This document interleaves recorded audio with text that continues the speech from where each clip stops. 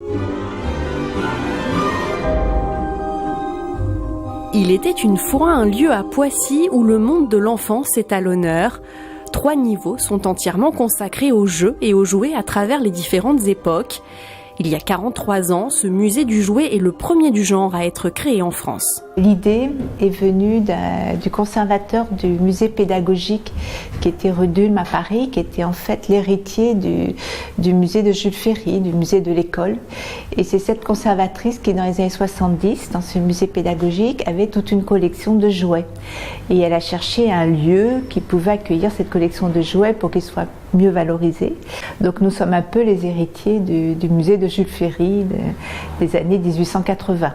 Depuis son ouverture en 1976, c'est la 2e fois que le musée est fermé au public pour des travaux de rénovation.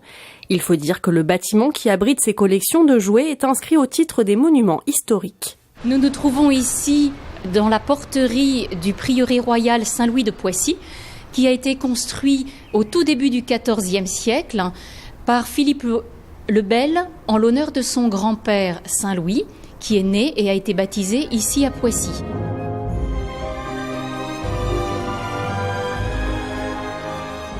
Restauration des façades, mise aux normes, accessibilité ou encore création d'une extension.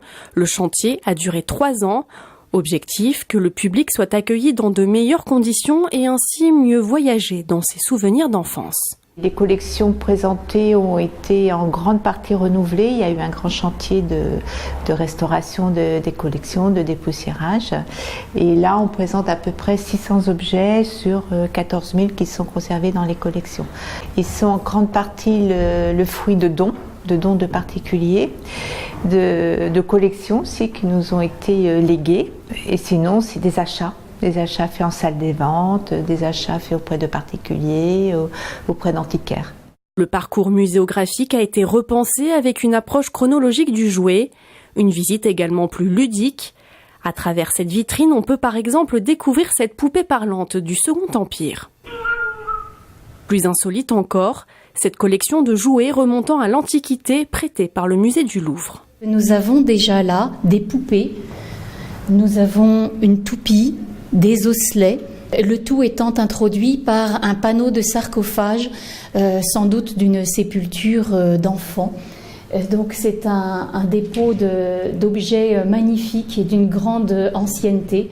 Un voyage dans le temps possible dès le 11 mai pour ainsi retrouver son âme d'enfant.